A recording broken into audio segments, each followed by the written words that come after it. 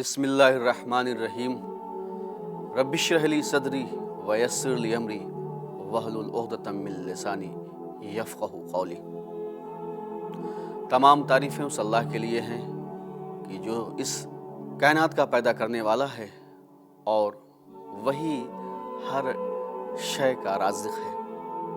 उसी ने इस दुनिया में इंसानों को भेजा है और दुनिया को दारुल अमल बनाया है। क्यों? इसलिए कि इस दुनिया में जब इंसान आया है तो अल्लाह उससे अच्छाई और बुराई के ज़रिए से उसकी आजमाइश करेगा। जो इंसान इस बात को अपने जहन में रखता है कि मुझे इस दुनिया से एक दिन दूसरी दुनिया में जाना है, तो वो हमेशा नेक अमल अंजाम देता है। लेकिन कुछ लोग ऐसे होते हैं और अक्सरियत इंसानों की ऐसी ही है कि जो उस दुनिया को फरामोश कर चुकी है। उन्हें ये ख्याल नहीं होता है कि हमें मरने के बाद अपने परवरदिगार के पास जाना है, उसकी बारगाह में जाना है, और जिसने हमें खल्क़ किया है, पैदा किया है, वो हमसे हमारे एक एक नेक और बुरे काम का हिसाब व किताब लेगा। जिन्होंने मौत को फरामोश कर दिया है तो उनकी ज़िंदगी ऐसी ही है, क्योंकि जब इंसान मौत को फरामोश कर देता है, मौत को भुला देता है, तो फिर उसके यहाँ क्या अच्छाई क्या बुराई। इसलिए कि जब वो अपने जहन से ये बात निकाल देता है कि हमें अपने परवरदिगार की बारगाह में जाना है, हमसे पूछा जाएगा हमारे बुरे अमल के सिलसिले से, तो फिर उससे बुराइयां ही सादिर होती हैं, अच्छाइयों का वजूद उसके यहाँ से ख़त्म हो जाता है। यही फ़लसफ़ा था कि करबला में हमने दो चीज़ें देखी, दो बातें। एक वो थे कि जो हक़ परस्त थे, जिन्हें ऐसा मालूम दे रहा था, जिन्होंने कहा भी कि हमारे नज़दीक मौत शहद से भी ज़्यादा शीरीं है। पूरी दुनिया में आज से आज तक किसी ने भी मौत के ज़ायक़े को नहीं बताया। ये तो जनाब क़ासिम ने इस बात को साबित कर दिया और इस बात को बताया कि मौत हमारे नज़दीक शहद से भी ज़्यादा शीरीं है। इसीलिए, और दूसरा एक ग्रोह वो था कि जो सफ़ाकियत, जुल्म व बर्बरियत, नाइंसाफ़ी, क़त्ल व गारत, खूनरेज़ी, दहशत, वहशत फैला रहा था। इसलिए कि उसने मौत को फरामोश कर दिया था और वो ये सोच रहा था कि बस इसी दुनिया की ज़िंदगी तक हमारी ज़िंदगी महदूद है। लेकिन नतीजा क्या हुआ? नतीजा आज आप देख लें कि हुसैन और याराने शहदाई हुसैन का नाम आज भी ज़िंदा है और दुनिया का हर मज़हब, हर रिलीजन, हर कौम उनका नाम इज़्ज़त व एहतराम के साथ लेती है। क्यों? इसलिए कि हुसैन की ये जो लड़ाई थी मजहबी नहीं थी, बल्कि हक़ानियत के लिए, इंसानियत के लिए। हुसैन की लड़ाई इस बात पे थी कि इंसानों के हुकूक़ उन्हें दिए जाएं, किसी पे जुल्म न किया जाए, किसी को सताया ना जाए। इसलिए कि हुसैन के साथ अगर आप देखना चाहें तो दूसरे मज़ाहिब के लोग भी आके शामिल हो गए थे। अगर सिर्फ ये लड़ाई इस्लाम की होती तो जनाब वहब जो क्रिश्चियन थे वो आके शामिल ना होते। तो ये इस बात की दलील है कि हुसैन ने ये जो क़याम किया था, आवाज़ बुलंद की थी इंसानियत के लिए। और फिर क्या हुआ कि जिसके नतीजे में हज़रत इमाम हुसैन अलैहिस्सलाम को कत्ल कर दिया गया। लेकिन कत्ल होने के बाद हुसैन आज भी ज़िंदा है। कत्ल हुसैन असल में मर्ग यजीद है। इस्लाम ज़िंदा हो गया बस करबला के बाद। करबला के बाद दो बातें सामने आ गई, एक जो बातिल परस्त थे, एक हक़ परस्त। और आज तक ये हद फासिल जो हुसैन ने खींच दिया था वो आज तक कायम है। आप उनके अमल के ज़रिए से समझ जाएंगे कि हुसैन परस्त कौन है और यजीद परस्त कौन है। तो हुसैन कत्ल हो गए, लेकिन किसी का कत्ल हो जाना इस बात की दलील नहीं है कि वो आदमी शिकस्त खा गया, हार गया। नहीं, कत्ल होने के बाद अगर उसका इनकलाब, जिस चीज़ के लिए उसने क़याम किया था, जो उसकी तहरीक थी, अगर वो ख़त्म हो जाए तो हम थोड़ी देर के लिए इस बात को मान सकते हैं कि नहीं, उसकी शिकस्त हो गई। लेकिन अगर कत्ल होने के बाद और ज़्यादा लोग इस बात पे मुज्तमा हो जाएं, इकट्ठा हो जाए और उसका नाम लें, और ये कहें कि नहीं, उसने हक़ पे जान अपनी कुर्बान कर दी थी, उसके तरफदारों की तादाद ज़्यादा होने लगे, और जो ये समझ रहा था कि नहीं मैंने कत्ल कर दिया तो मेरी जीत हो गई, तो असल में उसकी जीत नहीं। कत्ल होने के बाद भी अगर जिस इंसान को कत्ल किया जा रहा है उसकी तहरीक चल रही है तो ये समझ लिए कि वो जिंदा है। यजीद डूब गया लेकिन हुसैन आज भी जिंदा है, और हक़ परस्तों के लिए हिदायत का चिराग है हुसैन। यकीनन हुसैन की कुर्बानी बड़ी अजीम कुर्बानी थी। इंसानियत को बचा लिया हुसैन ने, शरीयत को, और हुसैन अलैहिस्सलाम ने एक फ़िक्र दे दी कि जब कभी जुल्म और जालिम बढ़ने लगे तो किस तरीके से अपनी कुर्बानियों के ज़रिए से, अपनी हिम्मत के ज़रिए से उसे रोका जा सकता है। लेकिन इसका नतीजा क्या हुआ कि हुसैन को उनके भाई, भतीजों, बेटों के साथ कत्ल कर दिया गया। लेकिन वो करबला की ज़मीन पर, करबला के रेगज़ार पे गिरने वाला खून आज भी जोश मार रहा है, और उस खून का असर ये हुआ कि उसकी सुर्खी आज भी बाकी है।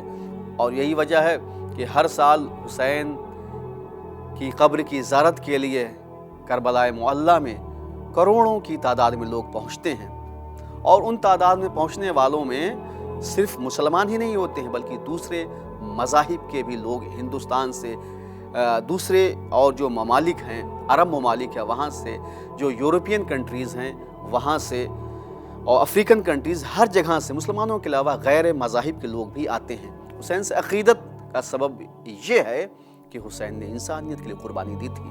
आज भी हुसैन का नाम जिंदा है, और यही वजह है कि हुसैन के कत्ल के बाद जब आपके खानवादे के लोगों को कैद कर दिया गया, एक साल के बाद रिहाई मिली है, ये काफ़िला वापस मदीने जाने से पहले करबला आता है। लेकिन मैं एक बात आपको ये बताता चलूँ कि जब हज़रत इमाम हुसैन इस्लाम की शहादत के बाद ये ख़बर मिली है, किसे? जनाब जाबिर इब्ने अब्दुल्लाह अंसारी। सबसे पहले अगर कोई पहुँचा है हज़रत इमाम हुसैन इस्लाम की ज़ियारत के लिए तो वो जनाब जाबिर इब्ने अब्दुल्लाह अंसारी हैं। जाबिर इब्ने अब्दुल्लाह अंसारी मदीने के रहने वाले थे। आपके शागिर्द अतिया औफ़ी को जब आपको ये मालूम हुआ कि हुसैन करबला में कत्ल कर दिए गए, शहीद कर दिए गए, तो आपने अपने शागिर्द को लिया और कहा कि मैंने सुना है कि हुसैन करबला में कत्ल कर दिए गए, शहीद कर दिए गए। शागिर्द ने कहा, अतिया ने कहा कि फिर क्या इरादा है? कहा मैं करबला जाना चाहता हूँ। बस यही कहना था कि शागिर्द आपका, जिसका नाम अतिया था, कूफे का रहने वाला था, तैयार हुआ और यहाँ तक कि नाके पे सवार हुए, महमेस किया नाकों को, सफ़र चलता रहा यहाँ तक कि वादी करबला में जैसे ही पहुँच जाते हैं जनाब जाबिर इब्ने अब्दुल्लाह अंसारी। जनाब जाबिर इब्ने अब्दुल्लाह अंसारी की आँखों की बिनाई आखिरी वक्त में चली गई थी, आपको कुछ दिखाई नहीं देता था, इसीलिए अपने शागिर्द को साथ लिया। रेगज़ार करबला पे पहुँचे हैं, और जब पहुँचे करबला के मख्तल में तो ग़ुलाम ने कहा कि जो शागिर्द भी था, कहा कि आका हम करबला में आ गए, उस वादी में आ गए जहाँ हुसैन को कत्ल किया गया है। कहा अच्छा ऐसा है कि पहले मुझे फ़ुरात के करीब ले चलो। ग़ुलाम ने सहारा दिया, फ़ुरात के करीब ले गए, जनाब जाबिर इब्ने अब्दुल्लाह अंसारी को गुस्ल किया। गुस्ल करने के बाद लिबास तब्दील किया और फिर मख्तल में जाना चाहते हैं।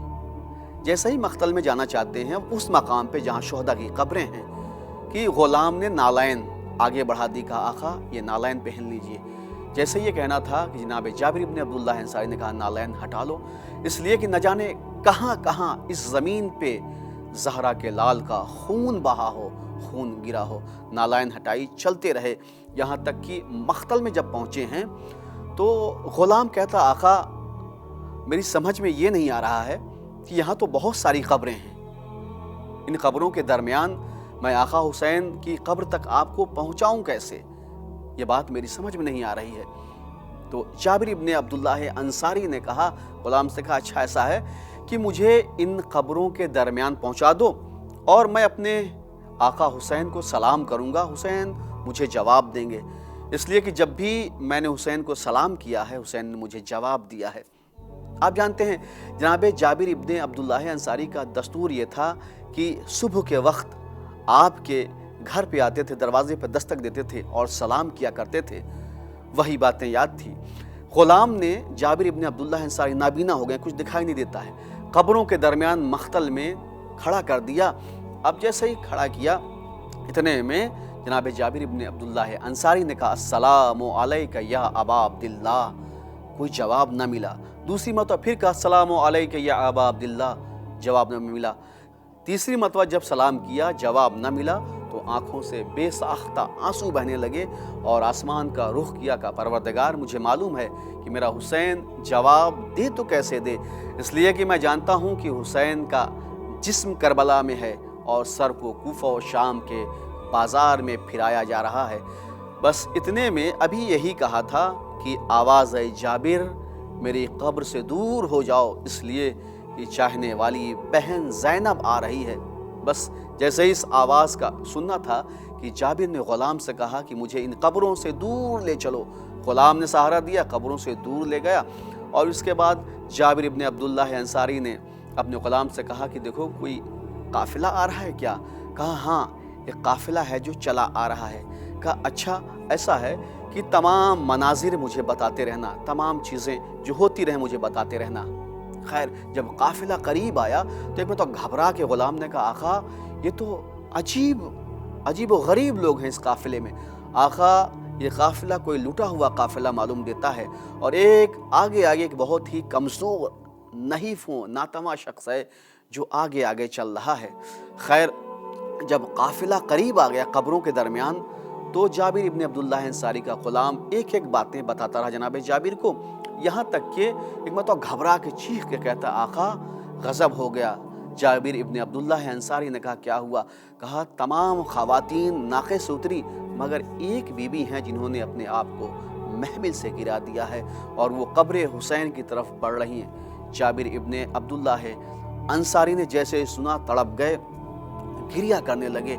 کچھ دیر نہ گزری تھی جب کربلا کے ریگزار میں واہ حسینہ کی صدائیں بلند ہوئی۔ اس کے بعد حضرت امام زین العابدین علیہ السلام سے جناب جابر ابن عبداللہ انصاری کی ملاقات ہوئی۔ اب جو ملاقات ہوئی تو جیسے ہی جناب جابر ابن عبداللہ انصاری کی ملاقات جناب امام زین العابدین علیہ السلام سے ہوتی ہے تو ایک مرتبہ جیسے ہی گلے سے لگایا جناب جابر نے، امام تڑپ گئے۔ اب تڑپنا تھا امام کا کہ جابر ابن عبداللہ انصاری نے سوال کر دیا کہ مولا آخر تڑپ جانے کا رونے کا سبب کیا؟ گلے لگا دیا تھا؟ کہا نہیں، پیچھے ہٹ گئے تھے امام۔ کہا کوئی غلطی؟ کہا غلطی نہیں ہوئی، بلکہ ایک مرتبہ جیسے ہی امام نے یہ کہا، جیسے ہی جابر ابن عبداللہ انصاری نے کہا کوئی غلطی نہیں ہوئی، بلکہ کہا میرے جسم میں اتنے زخم ہو گئے ہیں جابر کہ میں یہ برداشت نہیں کر پا رہا ہوں۔ گلے میں خاردار توخ تھا، کمر میں لنگر، ہاتھوں میں ہتکڑیاں، پیروں میں بیڑیاں۔ چچا جابر میرے جسم میں اتنے زخم ہو گئے کہ اب مجھ میں اتنی تاب نہیں ہے کہ میں اور زیادہ غم کو برداشت کر سکوں۔ وَسَيَعْلَمُ الَّذِينَ ظَلَمُوا أَيَّ مُنْقَلِبٍ يَنقَلِبُونَ رَبَّنَا تَقَبَّلْ مِنَّا إِنَّكَ أَنْتَ السَّمِيعُ الْعَلِيمُ۔